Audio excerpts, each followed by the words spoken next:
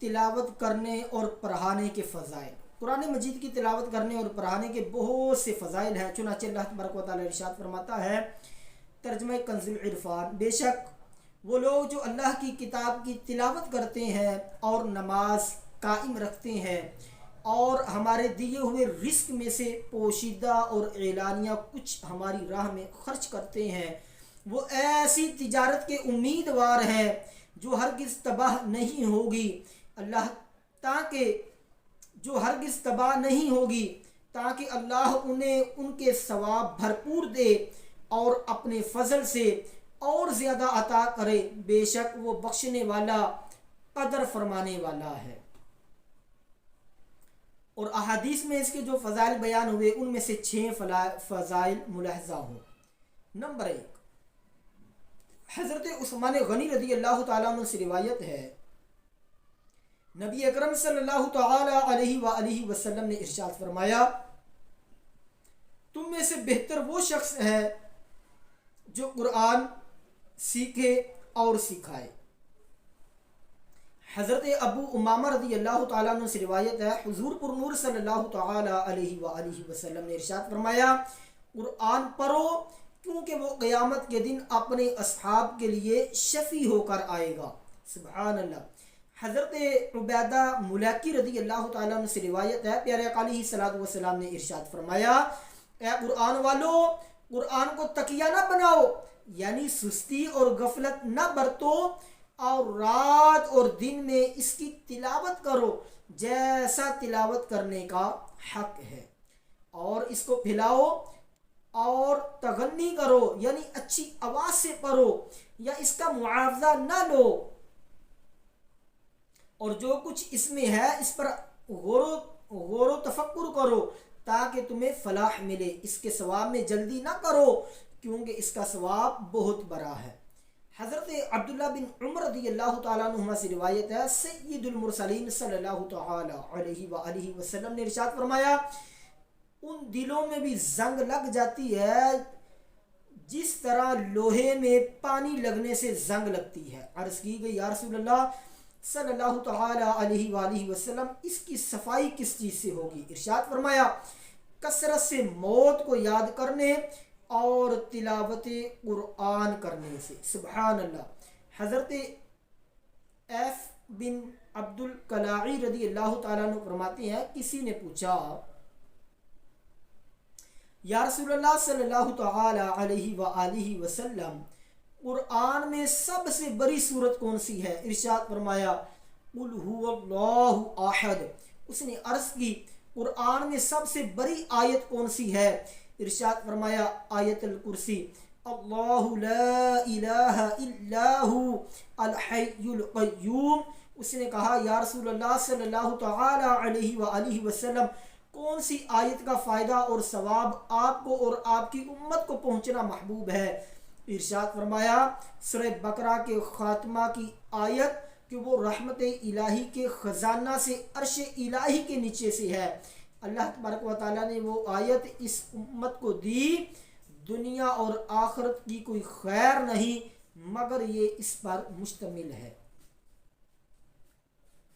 حضرت جندب بن عبداللہ رضی اللہ تعالیٰ عنہ سے روایت ہے، حضور اقدس صلی اللہ تعالی علیہ وآلہ وسلم نے ارشاد فرمایا، قرآن کو اس وقت تک پڑھو جب تک تمہارے دل کو الفت اور لگاؤ ہو، اور جب دل اچاٹ ہو جائے کھڑے ہو جاؤ، یعنی تلاوت بند کر دو۔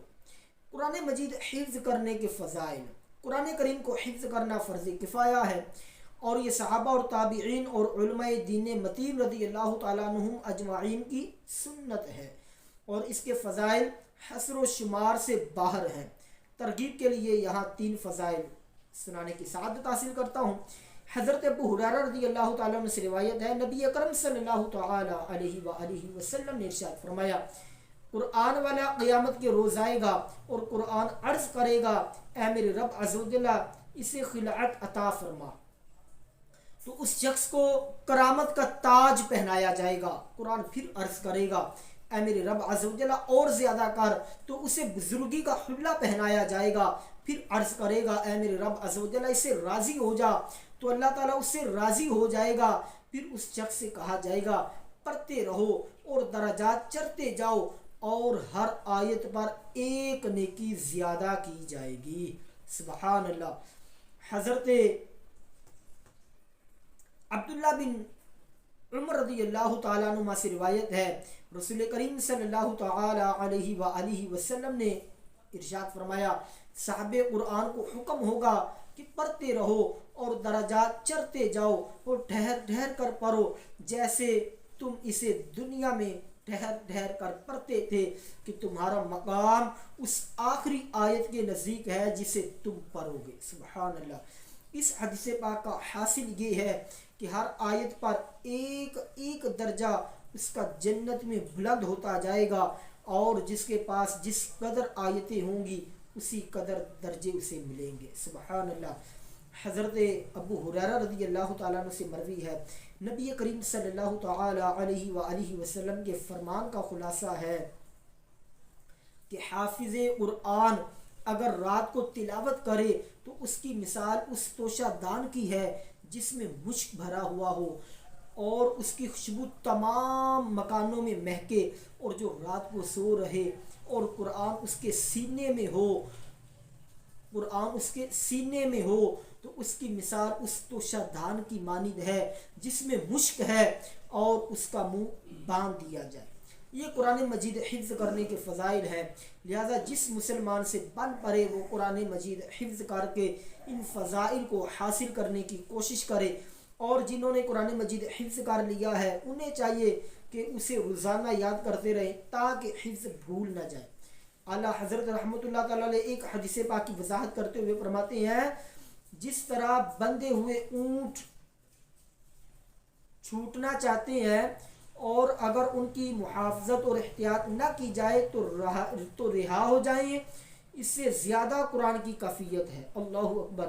اگر اسے یاد نہ کرتے رہو گے تو وہ تمہارے سینوں سے نکل جائے گا، پس تمہیں چاہیے کہ ہر وقت اس کا خیال رکھو اور یاد کرتے رہو، اس دولت بے نہایت کو ہاتھ سے نہ جانے دو۔ اسی طرح ایک اور حدیث پاک کی وضاحت کرتے ہوئے فرماتے ہیں، یعنی اے قرآن والو، قرآن کو تکیہ نہ بنا لو کہ پڑھ کے یاد کر کے رکھ چھوڑا پھر نگاہ اٹھا کر نہ دیکھا، بلکہ اسے پڑھتے رہو دن رات کی گھڑیوں میں جیسے اس کے پڑھنے کا حق ہے، اور اسے افشا کرو کہ خود پڑھو، لوگوں کو پڑھاؤ، یاد کراؤ، اس کے پڑھنے یاد کرنے کی ترغیب دو، نہ یہ کہ جو پڑھے اور خدا اسے حفظ کی توفیق دے اس کو روکو اور منع کرو۔ پھر فرماتے ہیں، اس سے زیادہ نادان کون ہے جسے خدا ایسی ہمت بخشے کہ وہ قرآن پاک حفظ کر لے اور وہ اسے اپنے ہاتھ سے کھو دے۔ اگر قدر اس کی جانتا اور جو ثواب اور درجات اس پر موعود ہیں ان سے واقف ہوتا تو اسے جان و دل سے زیادہ عزیز رکھتا۔